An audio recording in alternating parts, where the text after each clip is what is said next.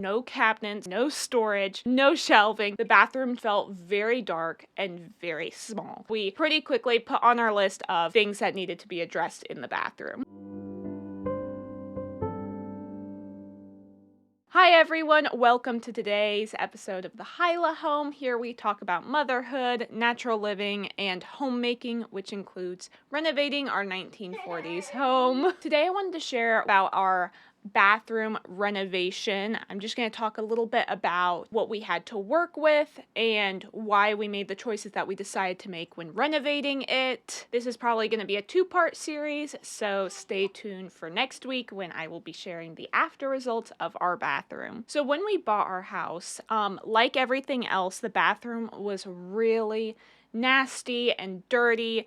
There was a lot of grime on the baseboards and on the flooring in the tub. A lot of the fixtures were rusted and it was just kind of a big mess. We could tell from the kitchen downstairs that the flooring in the bathroom had some water damage, and we had actually been informed by the previous owners that there was plumbing work done on the bathroom. We had a feeling that it might have damaged the subfloor because of looking at the kitchen ceiling, because our bathroom actually sits right above the kitchen. The plaster was starting to peel, and actually later when we ended up taking down the big cabinet in our kitchen that kind of functioned as a pantry, all above that the plaster had just completely rotted out and actually ended up falling into the kitchen when we went to renovate it. So even before we bought the house, we decided that we were going to have to completely re-gut that bathroom and redo everything, because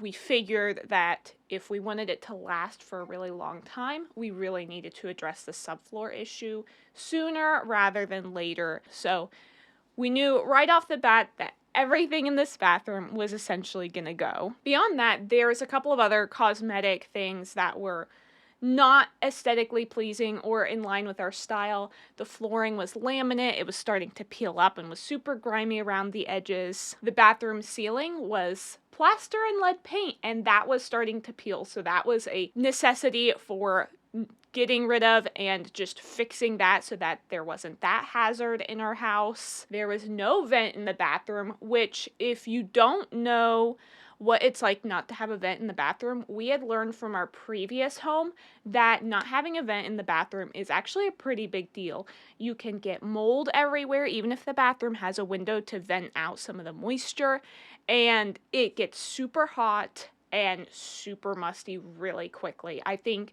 after a month of just living at our other house where we had no vent in the bathroom and we would keep the window open when we showered, we still ended up having mold on the shower curtain and on the ceiling and in the bathtub, and it was just not a good situation. So we knew that was something that we also had to address when we went to renovate this bathroom. There was an old radiator in the side of the bathroom, which is actually pretty cool. We had considered keeping the radiators. However, our radiator system was really old. It hadn't been used in years, and we had been recommended to just take the whole thing out because it actually could have been a gas hazard. That made us decide pretty quickly that even though it was cool to have some heat in the bathroom, that was actually something we're gonna take out and just completely get rid of. We had this bulb just sitting in the middle of the ceiling, and then above the sink, that light was actually kind of completely gone and ended up later when we went to rewire it not even working. So there was definitely some lighting issues in the bathroom. The electric in there took a really long time to get down. Even still, we had to kind of jury rig our bathroom vanity light, and that can only be turned off and on by a pull cord, not the actual switch. There was no way to get it to work by the actual switch. We had to address all of the electrical issues in the bathroom also. There were no outlets. You couldn't flat iron your hair, blow dry, bring a heater in there, nothing. There was absolutely no outlets for you to use in the bathroom. So that was something else that we pretty quickly put on our list of things that needed to be addressed in the bathroom. And then overall, the bathroom just felt very dark and very small. The bathtub came very far out into the space of the bathroom and was actually like right next to the sink, which was just kind of this big, bulky, wall-mounted sink. There were no cabinets, so no storage, no shelving. And then to frame in the bathroom, they'd actually done this built-out thing, and that was completely hollow. It ended up that we could just take that out completely. However, that actually took up a lot of space in the bathroom. And then with the radiator, also took up space right next to the toilet. Your niece kind of just were right there on top of it. It just felt very dark, dingy, and small. So, like I said, everything needed to come out. There was really nothing worth saving. The most we could have done is taken out the tub and sold it for scrap metal because it was solid metal. That was more work than we bargained for. We ended up putting it on the side of the road and someone ended up taking it. So good for them. I hope they were able to use it or sell it. But as soon as we started working on the house, we just demoed that bathroom. So once we demoed the bathroom, my husband's suspicions were completely right. All under the bathtub was rotted subfloor. It all needed to come out, and he ended up laying new subfloor so that it would hold whatever we put there next. We then started looking to see if we could kind of change things up in the bathroom. The tub and the sink were actually really close together, and it's actually that the lines are really close together. I imagine that when they were first building the house, it was just easier to do it like that, but it actually made the bathroom feel very cramped. So we looked to see if we could maybe move the sink either on the wall with the toilet or kind of rearrange some things, but at the end of the day, that ended up being something we couldn't do. The plumbing lines, it was just going to be way too much in order to change all of that. Too much work, too much money. We were already having to redo almost all of the plumbing in the house. So we decided to keep the layout mostly the same. This toilet stayed where it was, the sink stayed where it was, and the bathtub actually ended up staying where it was. We just decided to put fixtures in there that would help the space feel at least a little bit more functional. So actually earlier, before we bought our house, we had purchased a blue clawfoot cast iron tub. I believe it's like 60 inches. It might even be 72. It's like really, really long. And at the time, we knew that whatever house we bought, we wanted to put a cast iron tub in, but we didn't necessarily have this house specifically in mind.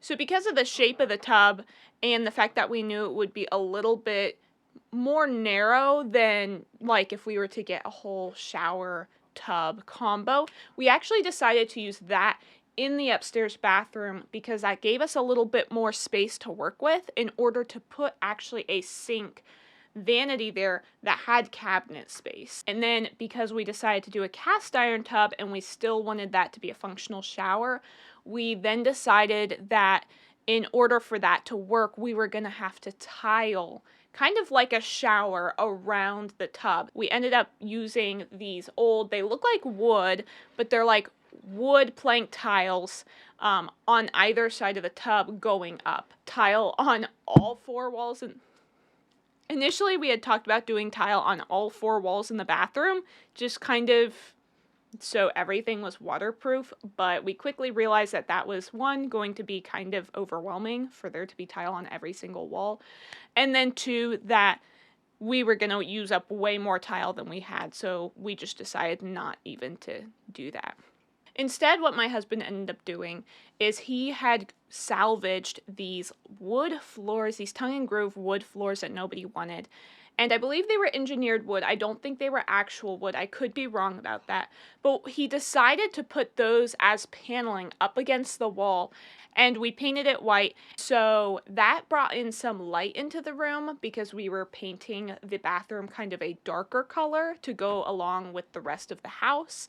And so that gave a little bit of a contrast as well as giving us that kind of waterproof layer. It's not as good as tile, of course, but it was still easier to wipe down, easier to have to deal with than if we had just plastered the whole wall. Something else we did decide to do, which I would recommend if you're doing in a bathroom, is doing I believe it was an eggshell paint as opposed to your flat paint because that is easier to wipe down.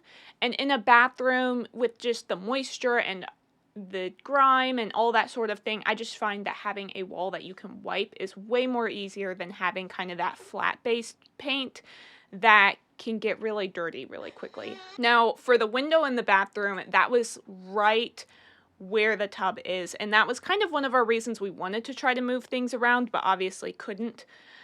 We had decided that we were going to frost the window. There's lots of like DIY ways to do it. You can hang a sticker panel over it and that kind of frosts it, or there's actually like this Rust-Oleum spray, both of which, after reading reviews, we decided not to do because they peel, they get gross. If you're doing the sticker, it tends to peel and get gross. If you're doing the Rust-Oleum, it actually scratches.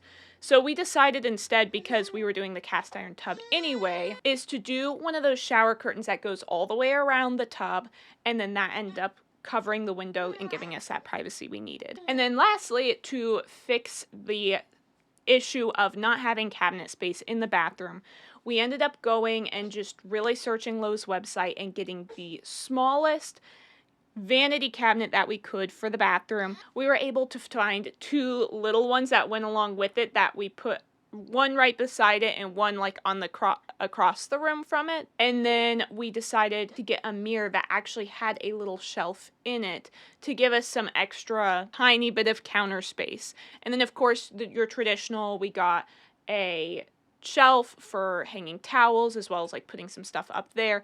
And then we actually plan on hanging hooks and potentially even another vanity cabinet that would go on the wall in the bathroom just to give us more space, because when you don't have a lot of cabinet space in the bathroom, and then with having a clawfoot tub and not having the shelves, it can get pretty cluttered pretty quickly if you don't have somewhere to put that stuff. So that is all of our brainstorming that we did as far as the bathroom goes. Next week, I plan on showing you exactly what I'm talking about and how it ended up turning out for us.